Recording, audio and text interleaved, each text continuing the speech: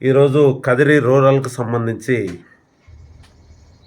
గత 12 సంవత్సరాల నుంచి ఎడ్ల పందాలు పట్నంలో జరుగుతూ ఉన్నాయి.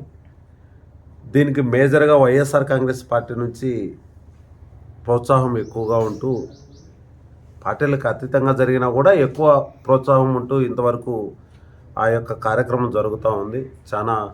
దాదాపు 20-25 వేల మంది జనము హాజరవుతారు అక్కడికి. దానికి సంబంధించిన విషయంలో మా వైఎస్ఆర్ పార్టీ కుటుంబ సభ్యులంతా, నాయకులంతా ఇక్కడికి వచ్చి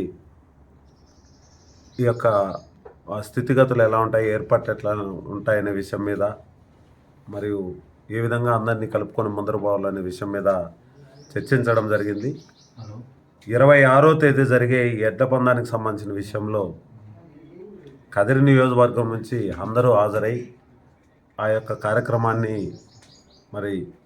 చూడవలసిందిగా, అందరికీ పట్టణంలో జరిగే కార్యక్రమాన్ని అందరూ చూడవలసిందిగా కోరుతున్నాము.